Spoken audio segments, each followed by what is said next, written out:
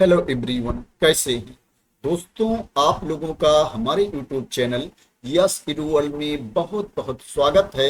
दोस्तों, आज के इस वीडियो में हम लोग जीके जीएस के कुछ इम्पॉर्टेंट क्वेश्चंस को कवर करेंगे, कुछ महत्वपूर्ण प्रश्नों को कवर करेंगे जो सभी एग्जाम्स के लिए बेनिफिशियल हैं, सभी परीक्षाओं के लिए महत्वपूर्ण हैं। दोस्तों, इसमें कुछ प्रश्न ऐसे भी होंगे जो एग्जाम्स में पूछे जाएं या ना पूछे जाएं, उसको आपको वैसे जानना चाहिए, आपको उसका उत्तर पता होना चाहिए। अगर आपसे कोई प्रश्न पूछ लेता है तो ऐसा ना हो कि आप उसका आंसर ही नहीं जानते हैं। तो दोस्तों, चलो स्टार्ट करते हैं। दोस्तों, जो आज का पहला प्रश्न है, निम्नलिखित में से किस ग्रह को पृथ्वी की जुड़वा बहन कहते हैं? मंगल को, शनि को, शुक्र को या बृहस्पति को? दोस्तों, अगर आपसे प्रश्न पूछा जाता है तो आपको बताना है कि शुक्र ग्रह को पृथ्वी की जुड़वा बहन कहते हैं। दोस्तों, शुक्र ग्रह को पृथ्वी का जुड़वा ग्रह माना जाता है क्योंकि इसका माप और आकार बहुत हद तक पृथ्वी से मिलता जुलता है और इसकी संरचना भी बहुत समान है। तो दोस्तों, इसका ऑप्शन नंबर सी सही आंसर है। दोस्तों, जो अगला प्रश्न है, उत्तर प्रदेश के किस जिले को मेले का शहर कहा जाता है? कानपुर, हमीरपुर, मथुरा, प्रयागराज? दोस्तों, ये जो शहर हैं सभी जिलों में मेला होता है, तो इनमें से किस जिले को मेले का शहर कहा जाता है? दोस्तों, अगर आपसे प्रश्न पूछा जाता है तो आपको बताना है कि उत्तर प्रदेश के मथुरा शहर को मेले का शहर कहा जाता है। ऑप्शन नंबर सी सही आंसर है। उत्तर प्रदेश के मथुरा जिले को हम मेले के शहर के रूप में जानते हैं। धार्मिक और सांस्कृतिक रूप से यह यूपी का महत्वपूर्ण जिला है। यह यूपी का सबसे कम बारिश वाला जिला भी है। तो दोस्तों, मथुरा सही आंसर है। दोस्तों, जो अगला प्रश्न है, एंगस्ट्रम क्या मापता है? तरंग दैर्ध्य, आवर्तकाल, आवृत्ति या समय? दोस्तों, अगर आपसे प्रश्न पूछा जाता है तो आपको बताना है कि एंगस्ट्रम मुख्य रूप से तरंग दैर्ध्य मापता है। दोस्तों, एंगस्ट्रम लंबाई की एक इकाई है जिसका उपयोग बहुत छोटी दूरी को मापने के लिए किया जाता है। इसका उपयोग मुख्य रूप से तरंग दैर्ध्य वेव लेंथ को मापने के लिए किया जाता है, खासकर प्रकाश की तरंग दैर्ध्य। एक एंगस्ट्रम दोस्तों 1 मीटर के 10 अरबवें भाग के बराबर होता है, 0.1 नैनोमीटर के बराबर होता है। एक एंगस्ट्रम बहुत छोटी दूरी मापने के लिए एंगस्ट्रम का उपयोग किया जाता है। दोस्तों, इसका ऑप्शन नंबर ए सही आंसर है। दोस्तों, जो अगला प्रश्न है, मुगल प्रशासन व्यवस्था में मनसबदारी प्रणाली को किसने प्रारंभ किया? अकबर ने, जहांगीर ने या बाबर ने या शाहजहां ने?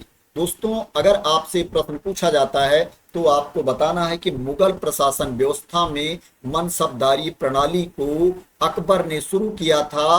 दोस्तों, ये प्रणाली 1571 में शुरू की गई थी। मनसबदारी प्रणाली एक ऐसी व्यवस्था थी जिसमें अधिकारियों को पद दिए जाते थे, जिसको मनसब बोला जाता था, जो उनकी सैन्य और नागरिक जिम्मेदारियों को दर्शाते थे। दोस्तों, इसका ऑप्शन नंबर ए सही आंसर है। दोस्तों, जो अगला प्रश्न है, भारत में सर्वाधिक मूंगफली का उत्पादन किस राज्य में होता है? गुजरात में, राजस्थान में या हरियाणा में या बिहार में? दोस्तों, अगर आपसे प्रश्न पूछा जाता है तो आपको बताना है कि सर्वाधिक मूंगफली का उत्पादन गुजरात में होता है। दोस्तों, ज्यादातर लोगों को इसका आंसर पता होगा।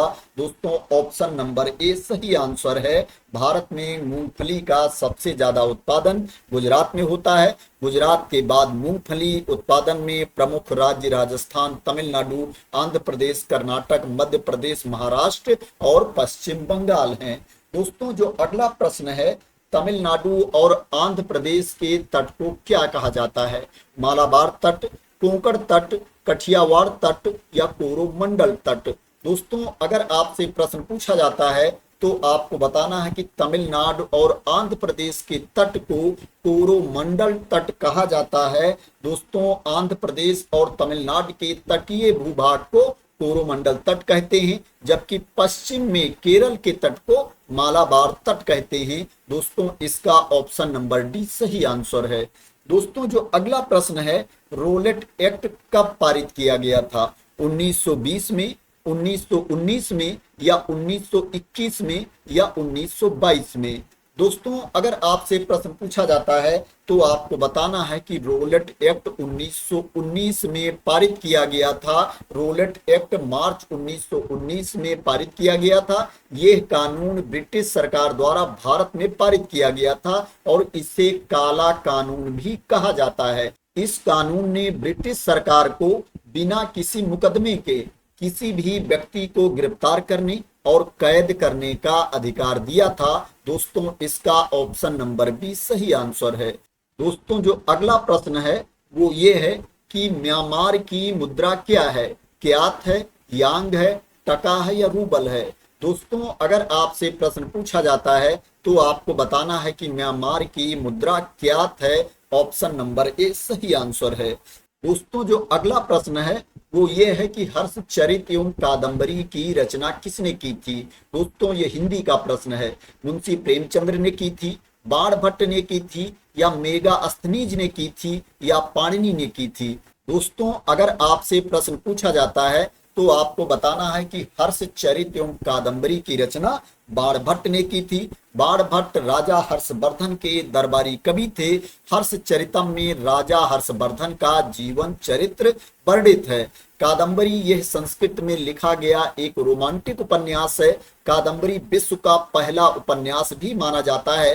कादंबरी दो प्रेम कहानियों का मिश्रण है और इसका यह नाम कहानी की नायिका कादंबरी के नाम पर दिया गया है। कादंबरी को चंद्रपीड़ और महाश्वेता को पुंडरीक से प्रणय हुआ है और पूरी कहानी इसी के इर्द गिर्द घूमती है। तो दोस्तों इसका ऑप्शन नंबर बी सही आंसर है।